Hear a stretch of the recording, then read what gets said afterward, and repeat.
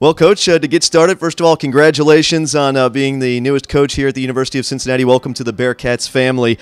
You've been a very highly regarded assistant coach for a long time now. You were named the top assistant coach in the nation a handful of years ago. What attracted you to this job here in Cincinnati? What made you decide that now is the time and this is the place that you wanted to be a first-time, full-time head coach? It's something that's kind of changed my mindset a few years ago, and my passion kind of shifted. It's not that I wasn't passionate about the things I was doing, defense, leading, guiding, doing those kinds of things, but the passion to build, to create your own culture, to put your leadership style and your leadership thoughts into action in a program and build it yourself from the ground up. I think that's one of the biggest things. Now, Cincinnati happened to be a homegrown state. I'm an Ohio guy. My family are Ohio people. I know this state. I've recruited this state. I think that in my mind it was a vision that was an incredible fit for me to be able to transition not just me but my entire family, but also step right in a recruiting-rich area that I know very well. Passion is a word that you've used a lot. I know in your press conference you said this isn't a job, this is a passion of yours. What makes you so passionate about being a head coach, and what drives you forward now, as you said, that you've decided that you want to build your own culture and build your own program here in Cincinnati? I think the ability to work with 18 to 22-year-olds, it's such a unique time in their life. It's the first time they're walking away from home with the structure that they've had there, some structured and some different structures. The ability to bring educated people from all different walks of life, from every different area of the United States, and bring them together and try to get them to believe in together everyone achieves more, to selflessly sacrifice for one another, because that's what life's all about. The ability to be able to do that is I mean, it's off the charts. It's something that you can't get anyplace else. The euphoria of not just winning, but the euphoria of seeing those kids mature, seeing them come together, seeing them bond together to create that family. It's like nothing you can imagine. UC fans have very fond memories. The last time we saw a defensive coordinator from Ohio State make the trip down I-71 here for his first head coaching job, that was Mark D'Antonio about a little over a decade ago.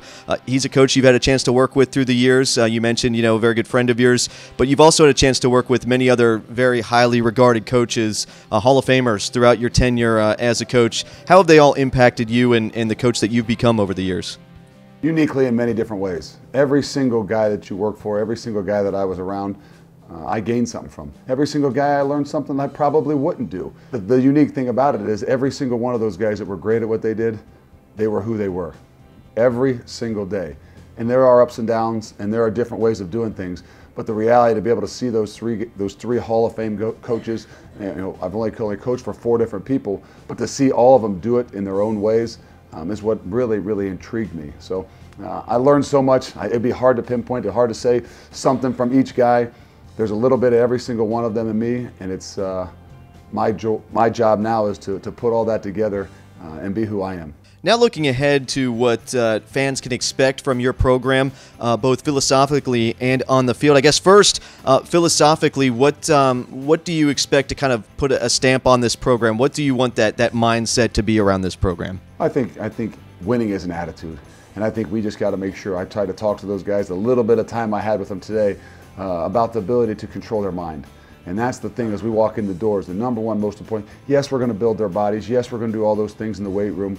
We're going to work our butts off on the football field. But every single day, we're going to try to work to build these guys' minds. It's in a mindset in everything we do. I told them today, I said, your thoughts become your words become your actions become your habits, and your habits will ultimately lead you to your goals and your dreams. But it's got to start in the mind, and you got to be able to do the little things, and you got to be able to control it. And then shifting gears to on the field, what can we expect to see from how you want to run this team, both defensively as defensive coordinator, offensively? What kind of style of football can Bearcat fans look forward to? Well, it's going to be exciting, and I've talked about it over and over and over again, and I just want to make sure we all understand that the number one most important thing is that we create the culture we need here. We will have a great system, offensively, defensively. Yes, we'll spread the ball. Yes, we'll run the ball. Yes, we'll have an option for the quarterback. We'll be aggressive on defense. We'll challenge everything. We'll have a objective to be the best tackling football team in the country defensively. But the reality is, we got to get guys to play with passion. We got to play with energy, and we got to get guys to commit to one another. And that far outrides every systematic scheme thing that we do. We see in the college football world, assistant coaches move up to coordinators, coordinators move up to coaches. That's nothing new, but something that you have that a lot of coordinators in the game right now don't. You actually do have experience as a head coach, as you were an interim coach for a season at Ohio State. What did you learn during that season that you think maybe can help you now that you didn't know at first what you were getting into as a head coach? Well, obviously that was a very unique situation. Nothing like this is today. This is an incredible moment where you're so excited, your family is so excited, you know, you're starting off on a new journey. That one was much different. It was in a tough time. It was in a troubled time. So the emotion is something that's completely different. But in that short amount of time, I learned an ungodly amount of things. I made an incredible amount of mistakes. I continue to move forward. I think that's one of the biggest ones. The reality is I learned about leadership, and you got to be who you are, because there's no way you can have consistency in what you do if you're not truly who you are every single day. It's too hard to fake. You can't do it. These kids are smart, they're intelligent, they know what they're seeing, and you don't want to do that to them. Probably the other thing is you got to be surrounded by great people. You have to have the ability to delegate. You got to be able to count and trust others, because ultimately you got to have enough passion, you got to have enough energy for those kids to be able to motivate them, be around them every single day. And I got myself wore out trying to do every little thing with all the stuff that was going on, just not knowing how to be able to do some of those things. I learned it's going to vote well for me.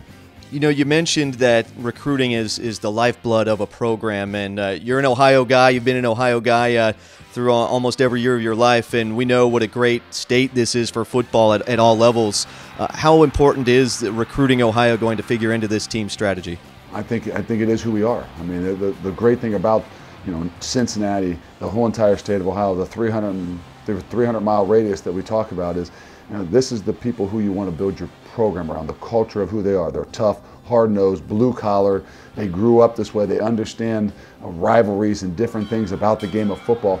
That's what you got to make the core of your program. That's what you got to make the core of your team. And then obviously you got to go out and get some guys from outside and bring them in and make them become us. And I think that's where we got to make sure that we get back to the roots of doing that, is getting these kids that are from around this area that understand and have been brought up around the passion of how the high school football is played, not just in this state, but, you know, Indianapolis, Detroit. I mean, some of those areas that I think that it'll be an incredible boost for our program. Well, Coach, now looking ahead, not to the next season, but really the immediate future, what are the items at the top of the agenda for you as you get this program off and running?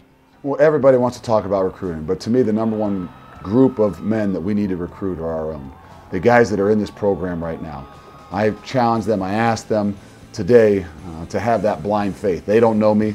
They don't know a whole lot about me.